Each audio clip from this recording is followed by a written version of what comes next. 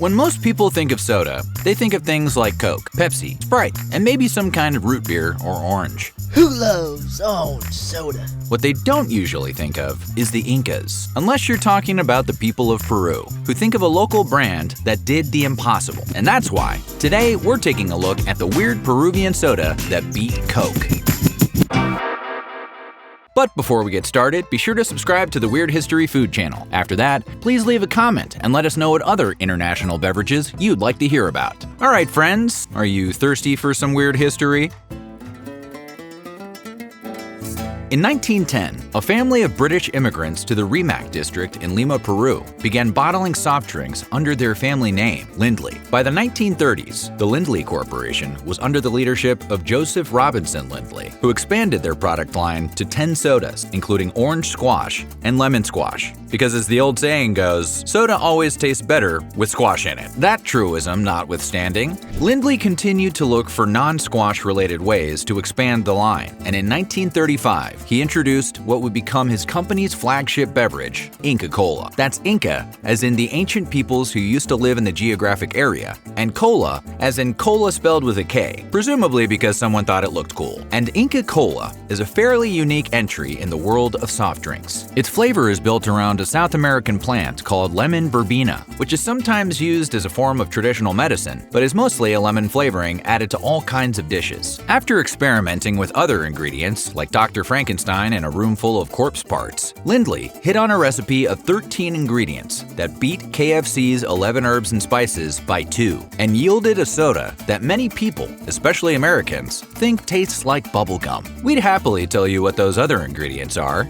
but the company has kept them as secret as most people keep their internet search histories. What we can tell you is that in 1995, then-President Johnny Lindley Taboada told the New York Times that it's a bouquet of fruits, and that's all I'm gonna say about the secret formula. A bouquet of fruits isn't a lot to go on, but if you happen to crack the secret recipe, please leave it in the comments. Anyway, Inca Kola was launched in honor of the 400th anniversary of Lima's founding, and its first marketing campaign used the braggadocious slogan, Inca Kola solo hay una y no se parece a ninguna. That translates to, there is only one Inca Kola, and it's like no other. The cans and bottles have a striking blue and yellow color palette, yellow being the color of the beverage itself. They also announced the beverage name with a clean and bold font and various vague-looking Incan symbols around the border. Overall, it seems designed to announce this is Peru's drink, and that branding would pay off big time.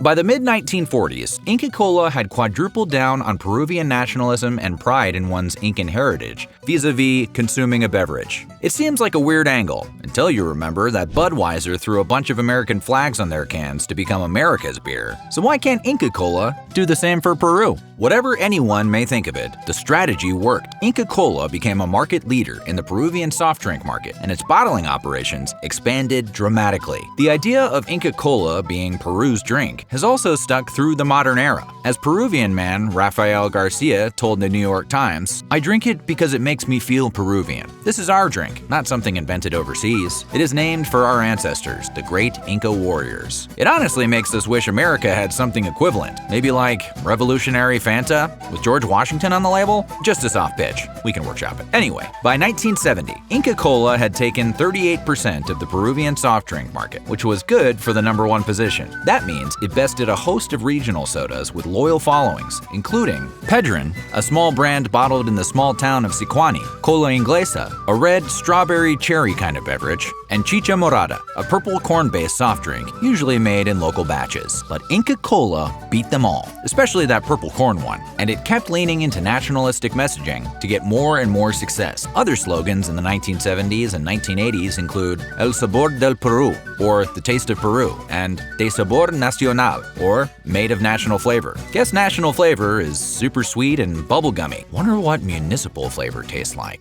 Worth noting is that some of Inca's marketing strategies are arguably problematic. For one, there's the colonialist issue of British immigrants using an indigenous culture's visual language to sell sugar water for a profit. In fact, the British Embassy actually paid the Lindley Corporation in 1918 to compete with some homegrown Peruvian beverages. There's also the fact that the images in Inca's marketing tended to paint paint the ancient Incans with a homogeneous brush, portraying them solely as light-skinned. Still, you can't argue with the country's embrace of the beverage, a representation of ancient pride and urbane modernity. Have you ever cared about a soda this much?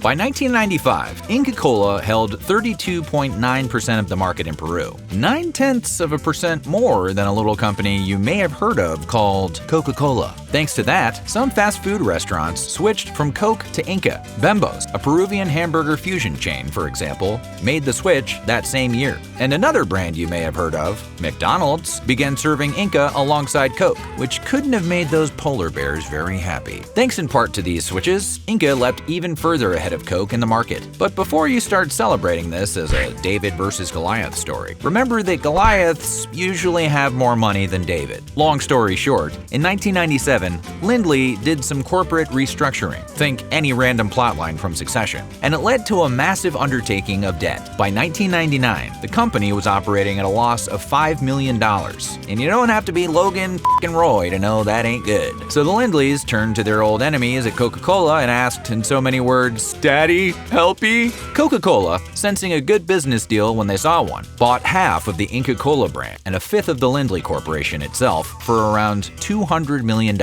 As part of the deal, the aforementioned Johnny Lindley Taboada, grandson of the original founder, became the chairman and go-between of Coke and Lindley. Coke owned Inca Kola in every worldwide market besides Peru, where Lindley joined the massive beverage corporation for a joint venture. Don't you just love a good enemies to lovers dynamic? Anyhow, the deal with a huge American business struck some proud Peruvians as a sellout, and many local soda brands emerged as rivals to both Coke and what we might call new Inca Kola. Brands like Peru Cola, Cola Real, Isaac Cola, Triple Cola, Concordia, and Oro flooded the market, and Inca Kola would never be the same. In 2000, the Embotelladora Latinoamericana S.A. company, which had been bottling Inca Kola since 1973, groused that since being owned by Coca-Cola, Inca raised the price of its concentrate by a factor of 6. So they canceled their contract. 5 years later, in 2005, Lindley said Uno reversed and, taking a page from its new corporate overlords, bought 2/3 of the bottling company outright, ensuring they would always bottle precious Inca Kola. Ashes to ashes, Davids to Goliaths, or whatever. Estimates of how the Lindley-Coke coalition performs in Peru today top at around 60% of the overall beverage market share, which is pretty nutso-butso, to use the technical term. But how does Inca Kola do elsewhere? Its somewhat ignoble introduction in the US began in 1980. Cuban-American immigrant Luis Jardinez packed 10 cases of Inca into a taxi, selling 5 of them to interested customers in Miami. The other 5 he gave to the lucky cab driver, telling him, "Take this home and share it with your family and friends." How's that for a tip? After the Coke buyout, the company teamed up with Continental Food and Beverage Incorporated, a conglomerate as wide-varying as its name sounds, to distribute the beverage in 32 states, as well as countries like Japan, Australia, South Korea, Spain, and Panama. It's hard to qualify the US's overall reaction to the beverage, but it's fair to say Inca Kola remains something of a novelty you might find in a specialty shop that sells US equivalent like Jones Soda, Faygo, or Cheerwine. When writing about its American import, the Chicago Tribune said, bluntly, "It's radioactive yellow, has a bubblegum bouquet, and tastes, well,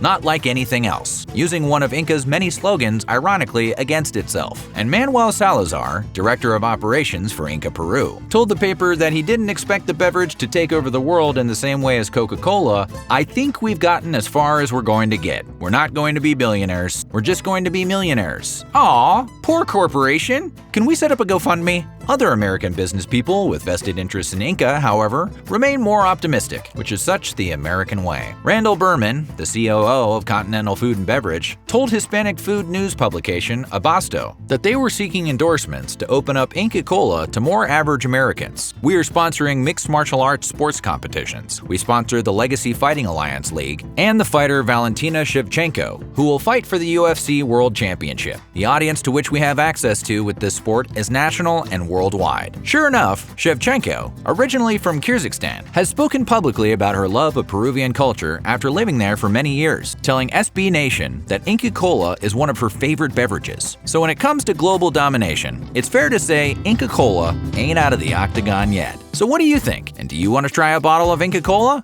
Let us know in the comments below. And while you're at it, check out some of these other videos from Weird History Food.